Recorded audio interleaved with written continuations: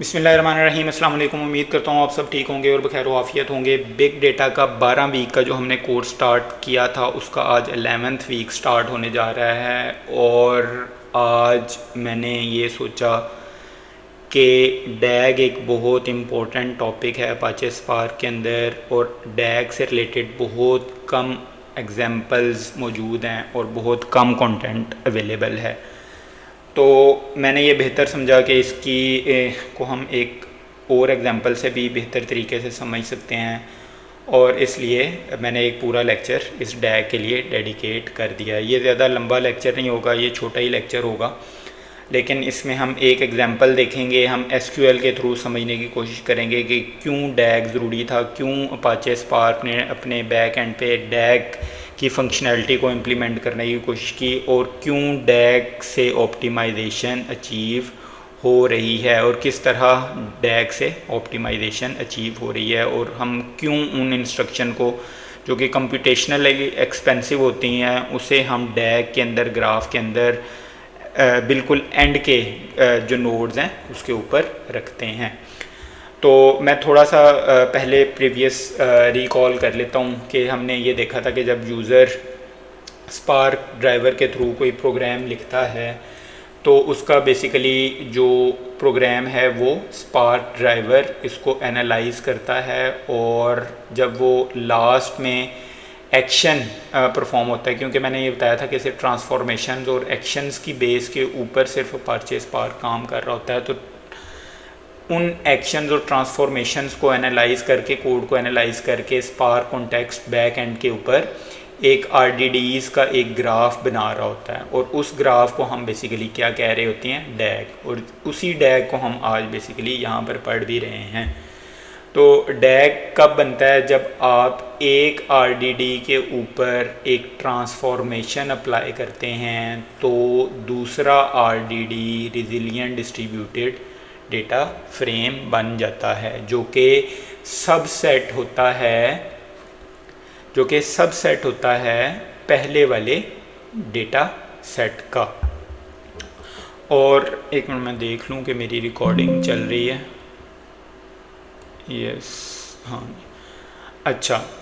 तो जो कि पहले आरडीडी का क्या होता है, सबसेट होता है। आरडीडी पे हम ट्रांसफॉर्मेशन लगाएंगे कि मुझे सिर्फ वो एम्प्लॉयज़ दे दें जिनकी एज लेस देन 30 है, तो क्या होगी बेसिकली, ये क्या है, फ़िल्टर की ट्रांसफॉर्मेशन है, ठीक है। और वो आपको एक और आरडीडी दे देगा। जब एक और आरडीडी दे देगा, आप उसके ऊपर एक और ट्रांसफॉर्मेशन लगा देंगे, उसको मल्टीप्लाई बाय 2 करना है आपने, तो वो आपको एक और आरडीडी 3 दे देगा। क्योंकि आरडीडीज इम्यूटेबल होते हैं तो आप उसके अंदर ही ऑपरेशन नहीं परफॉर्म कर रहे होते, बल्कि एक आपको नया आरडीडी बनाना होता है। अच्छा, जब ये आरडीडीज़ बन रहे होते हैं तो इसमें हमने ये डिसाइड किया है, कहा कि ये आरडीडीज़ बेसिकली हमें ऑप्टिमाइजेशन भी प्रोवाइड कर रहा होता है। ऑप्टिमाइजेशन किस तरह प्रोवाइड कर रहा होता है, ऑप्टिमाइजेशन हमें इस तरह प्रोवाइड कर रहा होता है कि वो ऑपरेशंस जो कि कंप्यूटेशनली एक्सपेंसिव हैं, या जो ऐसे जो कि कीज़ पे डिपेंड कर रहे होते हैं, और उसमें पॉसिबिलिटी है कि जो हमारा डेटा है वो डिफरेंट नोड्स के ऊपर डिस्ट्रीब्यूटेड पड़ा हुआ हो, जहाँ पे हमें शफल रिक्वायर हो, तो उन ट्रांसफॉर्मेशंस को हम ग्राफ के बिल्कुल एंड के ऊपर रखते हैं। सीक्वेंस, क्योंकि ये डायरेक्टेड ग्राफ है तो हम उस सीक्वेंस के बिल्कुल एंड पे रखने की कोशिश करते हैं। क्यों, जैसे मैंने एक एग्जांपल ली थी, अगर मैं कहता हूँ कि मेरे पास डेटा बहुत बड़ा है और उसमें कंट्रीज़ की सेल्स का डेटा, और मैं कहता हूँ कि पाकिस्तान की सिर्फ पाकिस्तान की सेल काउंट करके लाएं, तो ज़ाहिरी बात है पाकिस्तान की वो एक ही वर्कर नोड पे नहीं पड़ी होगी, बल्कि वो डिस्ट्रीब्यूटेड पड़ी होगी। तो जब डिस्ट्रीब्यूटेड पड़ी होगी तो उस की बेस के ऊपर जब हमने उस डेटा को क्या करना है, हमने उस की बेस पे ग्रुप बाय की ट्रांसफॉर्मेशन लगानी है, हमने सबको ग्रुप बाय करके काउंट करना है, तो सम करना है, उसकी सेल्स को सम करना है, तो हमें वर्कर नोड्स के दरमियान भी कम्युनिकेशन करनी पड़ेगी। तो शफल का फेज़ रिक्वायर्ड होगा, जिसको हम क्या कहते हैं, वाइड ट्रांसफॉर्मेशन भी कहते हैं। वाइड ट्रांसफॉर्मेशन वो ट्रांसफॉर्मेशन होती हैं जिसमें आपकी की डिफरेंट वर्कर नोड पे डिस्ट्रीब्यूटेड पड़ी होती है। तो उस केस में हम ये चाहते हैं कि जो शफल वाली या वाइड ट्रांसफॉर्मेशन अगर लगी हुई है तो वो स्पार्क के डैग के अंदर, ग्राफ के अंदर उसको हम as far as possible delay उस सीक्वेंस ग्राफ के अंदर हम बिल्कुल एंड के ऊपर रखें, ताकि हमारी ओवरऑल इस जो हो सकता है कि वो शफलिंग यहाँ पे स्टार्ट हो जाए तो वो बाकी आरडीडीज़ के अंदर भी फिर वो शफलिंग चाहिए होगी, तो इसलिए हम उसको एंड पे कंसिडर करते हैं। तो ये एक ऑप्टिमाइजेशन है।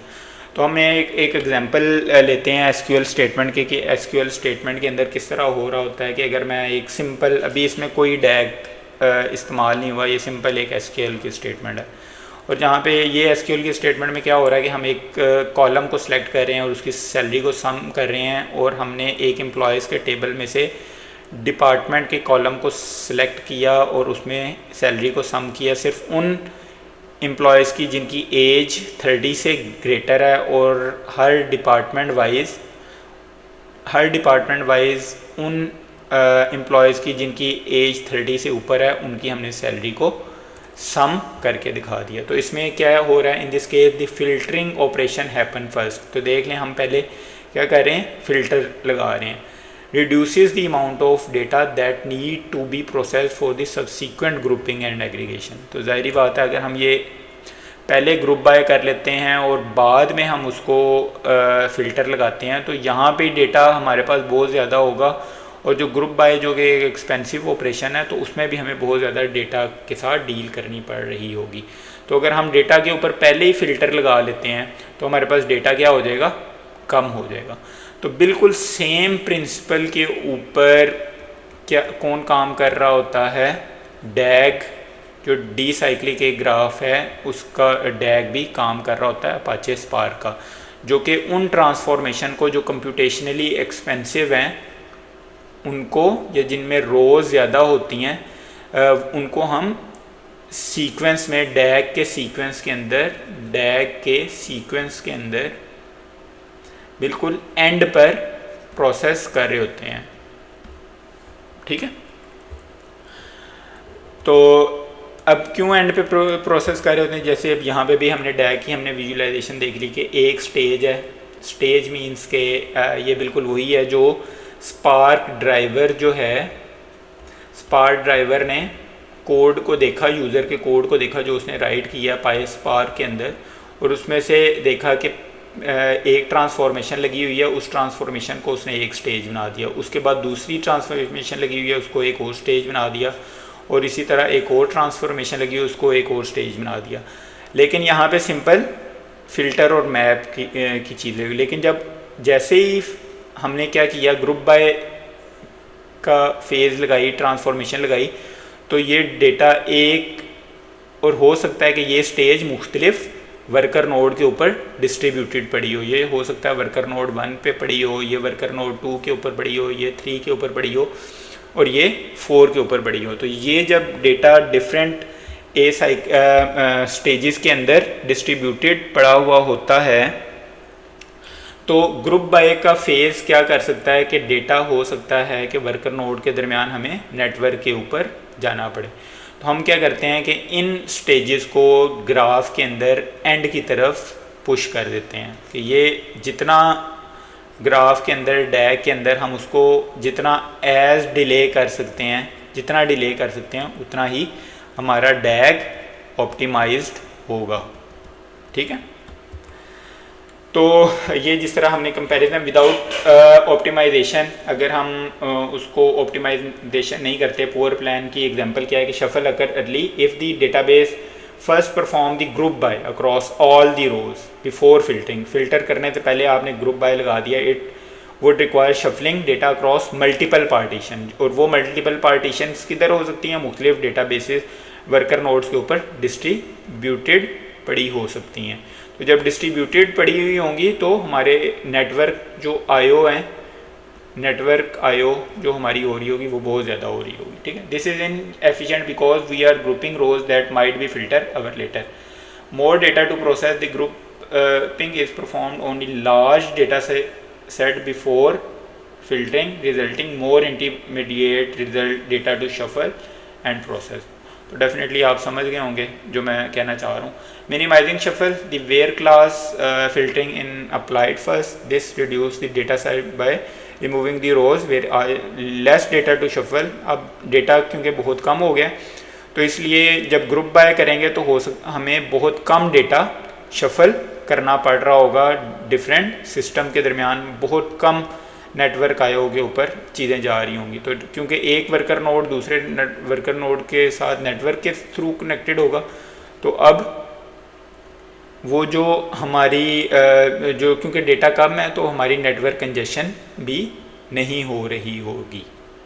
ठीक है, तो इसीलिए fewer rows need to group and aggregated which minimize network and disk IO. तो ये मैंने सोचा कि डी साइक्लिक जो ग्राफ है उसके लिए एक दफ़ा मैं फिर सेपरेट वीडियो बना दूं, और ये ज़रूरी भी था ताकि इस कॉन्सेप्ट को ज़्यादा अच्छे तरीके से समझा जा सके। तो मज़ीद ये कि मेरा चैनल प्लीज़ लाजमी सब्सक्राइब करें। आई डिज़र्व के आप एटलीस्ट एक सब्सक्राइब कर दें, और अपने जो आपके पीयर्स हैं, कोलीग्स हैं, और जो अपने फ्रेंड्स हैं, अगर आप यूनिवर्सिटी स्टूडेंट हैं तो उनके साथ भी आप शेयर कर दें। और आप मेरा व्हाट्सएप चैनल भी लाजमी फ़ॉलो करें, और मेरा ग्रुप भी ज्वाइन कर सकते हैं व्हाट्सएप का। और thank you, see you in next lecture, जो कि हमारा लास्ट लेक्चर होगा वीक 12 पूरे कोर्स का भी हमारा लास्ट लेक्चर होगा। और पूरे कोर्स का लास्ट लेक्चर के अंदर हम अपाचे स्पार्क को प्रैक्टिकली अब हम इम्प्लीमेंट करके देख रहे होंगे। उसके ऊपर हम ट्रांसफॉर्मेशंस वगैरह अप्लाई करके हम उसको देख रहे होंगे। हम शायद उसको स्टैंड अलोन भी चला सकते हैं, और क्लस्टर के ऊपर HDP का जो हमारा क्लस्टर है उसके ऊपर भी रन करके देख सकते हैं। और इस कोर्स के बाद इंशाल्लाह मैं कुछ रैंडम वीडियोस बनाया करूँगा। हम कोर्स की फॉर्म में नहीं लेकर चल रहे होंगे, और मैं चैनल के ऊपर रैंडम वीडियोस, वो LLM से भी रिलेटेड हो सकती हैं, काफका से रिलेटेड भी हो सकती हैं, बिग डेटा से भी हो सकती हैं, और आर्टिफिशियल इंटेलिजेंस से भी रिलेटेड हो सकती हैं। अब तक के लिए इतना ही। इंशाल्लाह see you in next last lecture of this big data course, that will be the spark की हम डिमॉन्स्ट्रेशन देख रहे होंगे। सी यू, थैंक यू, अस्सलाम वालेकुम।